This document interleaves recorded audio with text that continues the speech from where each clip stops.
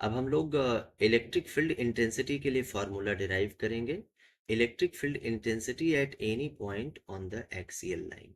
Axial line के किसी point पर डाइपोल के इलेक्ट्रिक फील्ड इंटेंसिटी की वैल्यू हमें निकालनी है। सबसे पहले डायग्राम बना लेंगे। मान लीजिए ये इलेक्ट्रिक डाइपोल है ए बी, इसमें माइनस क्यू और प्लस क्यू चार्ज एक दूसरे से 2l डिस्टेंस पे सेपरेटेड है और ओ डाइपोल का मिड पॉइंट, और ये एक्सियल लाइन है।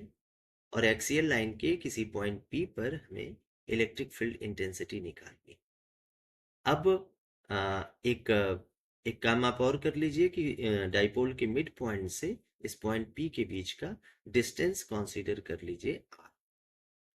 अब हमें P पर इलेक्ट्रिक फील्ड इंटेंसिटी का फार्मूला निकालना है। तो इसको निकालने का कॉन्सेप्ट ये है कि डाइपोल के ये जो दोनों चार्जेस है ना, ये सोर्स चार्ज की तरह काम करेंगे।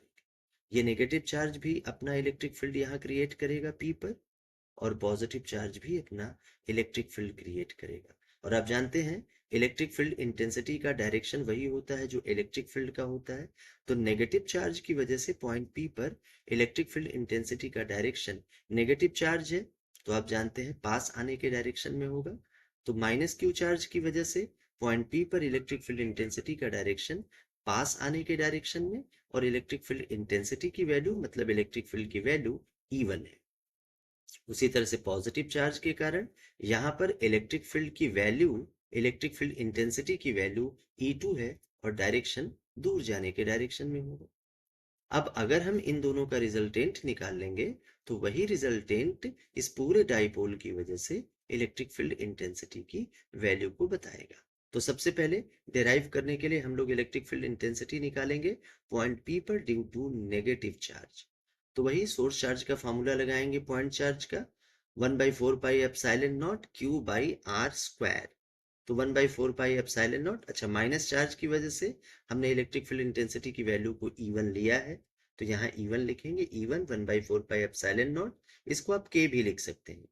Q, क्योंकि इस फॉर्मूले में चार्ज को हमेशा पॉजिटिव लिखा जाता है क्योंकि ये चार्ज का मैग्नीट्यूड है, अपॉन r²। r² मतलब डिस्टेंस। डिस्टेंस मतलब क्या? जिस चार्ज की वजह से आप इलेक्ट्रिक फील्ड इंटेंसिटी निकाल रहे हैं उस चार्ज से पॉइंट P के बीच का डिस्टेंस, ये डिस्टेंस आपको लेना है। तो कैसे? मिड पॉइंट से P तक का डिस्टेंस r है, ये समझिए। और ये पूरा जो डिस्टेंस 2l था, तो यहां से मिड पॉइंट का डिस्टेंस l होगा और ये भी l होगा। मतलब अगर आपको A से P तक का टोटल डिस्टेंस लेना है तो r प्लस l कर देना है। तो देखिए r प्लस l का होल स्क्वायर, और इसका डायरेक्शन क्या होगा? E1 का डायरेक्शन आप देखिए पास आने के डायरेक्शन में है, यानी कि अलोंग P2O, अलोंग PO आप कह सकते हैं।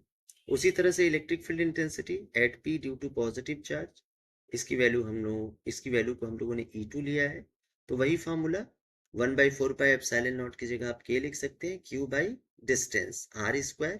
तो यहाँ भी चार्ज, ये तो प्लस में है ही है, चार्ज Q अपॉन डिस्टेंस। तो इस चार्ज से जब आप डिस्टेंस P का लेंगे तो देखिए ये वाला डिस्टेंस L है, और मिड पॉइंट से यहाँ तक का डिस्टेंस पूरा R है।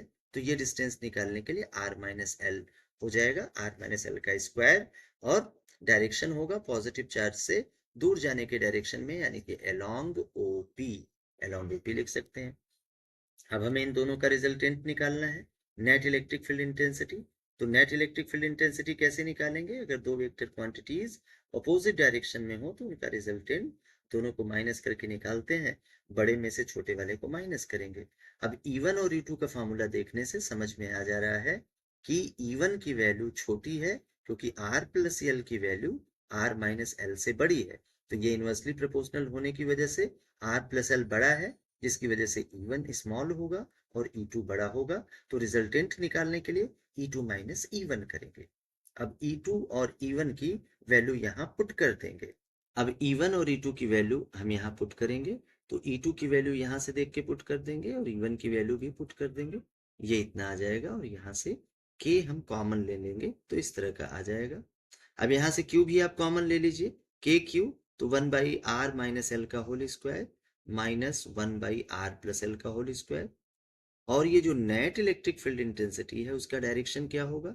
याद रखिए कि जब भी दो वेक्टर क्वांटिटी अपोजिट डायरेक्शन में हो तो उनका रिजल्टेंट बड़े में से छोटे वाले को माइनस करते हैं और उसका डायरेक्शन हमेशा बड़े वाले क्वांटिटी के अलोंग होता है। यहाँ E2 बड़ा है और E2 का डायरेक्शन आप डायग्राम में देख सकते हैं अलोंग OP है, तो डायरेक्शन O2P होगा।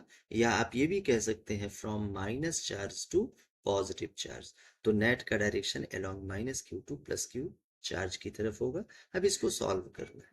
सॉल्व करने के लिए आप इधर देख लीजिए, KQ कॉमन लिया है और एलसीएम लेने के बाद r प्लस एल का whole square minus R minus L का whole square upon R square minus L square का होल स्क्वायर हो जाएगा। इसको आपको ओपन कर देना है, a प्लस बी के होल स्क्वायर का फॉर्मूला लगा के फिर ऐसे कर देंगे, अंदर का साइन भी चेंज होगा और फिर जो टर्म कैंसिल हो जाएंगे उसको कैंसिल कर देंगे, तो केवल 2RL और 2RL मिलकर 4RL बच जाएगा। और यहाँ आपको ये भी ध्यान रखना है कि डाइपोल में दोनों चार्ज के बीच का जो सेपरेशन होता है वो काफी स्मॉल होता है, यानी कि जो यल की वैल्यू है वो आर से बहुत स्मॉल है। अब अगर आप यहाँ देखें तो आप कह सकते हैं कि आर की वैल्यू एल से बहुत बड़ी है या एल की वैल्यू बहुत छोटी है, तो इसका एल का स्क्वायर और भी छोटा हो जाएगा, तो एल के स्क्वायर को हम इग्नोर कर देंगे नीचे डिनोमिनेटर के टर्म से।